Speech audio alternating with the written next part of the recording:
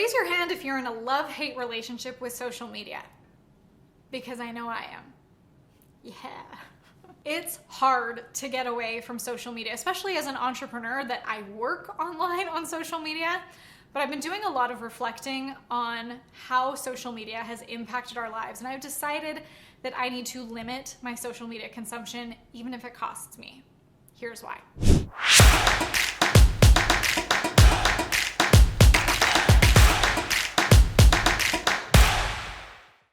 As someone who runs an online business, it can be very easy to spend all day, every day on social media. And it can be an extremely lucrative way to reach an audience all over the world, make a massive impact and an even bigger profit. And while there's infinite opportunities, there's also an opportunity cost. There's a phrase that I like to follow about how you are the average of the 5 people you spend the most time with. And I think that can translate into being also the average of the kind of content that you consume. Like, think about that. You are what you eat. You are what you consume. You are what you read and think and also expose your mind to. I want to tell you about my own experience with this, but first, have you subscribed to this channel yet? Make sure you hit that red button so you can be notified of new marketing and business acceleration videos every single week. I found myself scrolling on my phone on autopilot, like brain dead, highly stimulated by content, but not even really ingesting it or feeling fulfilled by it. I even found myself spiraling in the news or negativity online. Like, how does that translate into my life and business? Is that the kind of fuel that I would choose? So there's so many things to consider here when it comes to limiting your social media consumption, even when you might see the benefit of how it can support your life and your business. The first thing I think of is mental health. This is nothing new to us. Studies have linked social media to narcissism and loneliness and can give us this distorted version of reality. Entrepreneurs already may feel lonely. A lot of people say it's lonely at the top, or entrepreneurship can be a lonely path because not a lot of people can understand the risks that we are willing to take to try to create an outcome. So by adding social media to the equation, even though it is part of the outcome that builds our business, are we becoming too dependent on it for external validation, for our self-worth? And I've heard of this affecting kids at younger ages than ever. I'm really grateful that I grew up without social media, because the bullies in school were hard enough without possibly imagining that kids could be posting on Facebook about what they didn't like about me. I'm so glad that we don't have that now, but it makes me think of how I want to change my behavior. And for my family, I've heard of kids that they'll post a selfie and they're constantly checking, how many likes did I get? How many people watched it? Did this specific person like it or look at it? And they feed off of that to feed their confidence. And if they don't get that, it can be devastating to them. Think about what that's doing to our brain, and even what it's doing to our brain to be constantly stimulated and notified by these new pings and notifications that are taking up our day-to-day life. So one of the concepts that I focus on in my social media behavior is if I'm producing versus consuming content. I'd love to hear from you. What do you think your personal ratio is? Put in the comments below when it comes to producing versus consuming. As an online entrepreneur, as an online marketer who has an audience online, absolutely, I'm gonna be on social media so that I can reach my audience and communicate with them.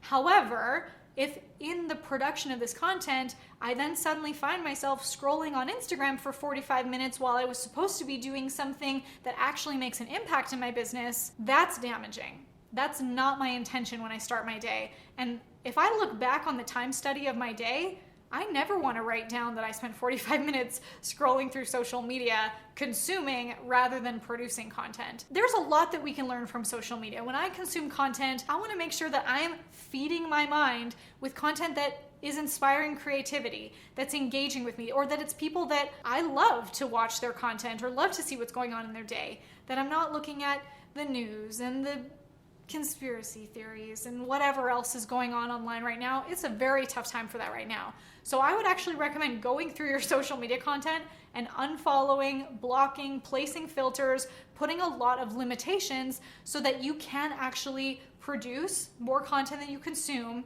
and consume only what is going to fulfill you. I actually love to utilize the screen time app on my phone that I set a limitation that I can only spend an hour a day on social media on my phone.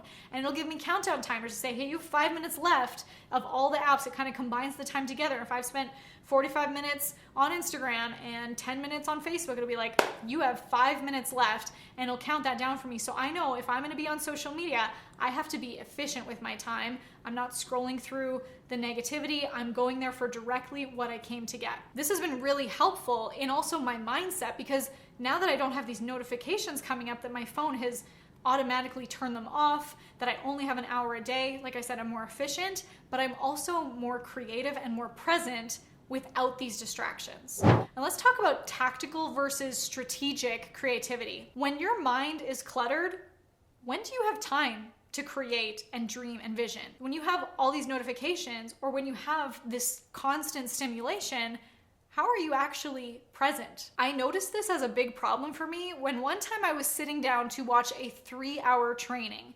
It was a recording. Sure, I could put it on double speed to get through it faster, but I found myself every 2 minutes reaching for my phone, wanting a different distraction or wanting some other kind of external stimulation. And I recognized that social media has trained me to be this way, to constantly be looking for different kinds of content instead of staying focused on what was most important in front of me. And the worst thing is if that can translate into you being present with your parents, with your loved ones, with your spouses, with your kids. I don't want to show up like that in my life. So if I limit my social media consumption, do I think it will cost me? Honestly, no. I think that it's going to lead me to more efficiency, more systems for me to be able to spend more time in my creativity and with my team.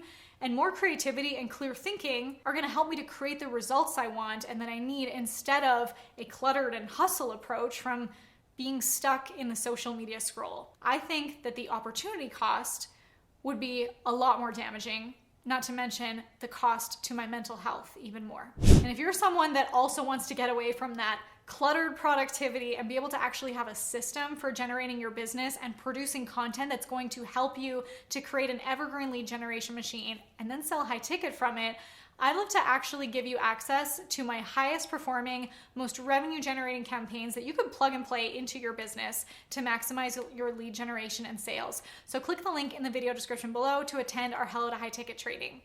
Yeah, you too. My girl. Okay. Average of the kind of content.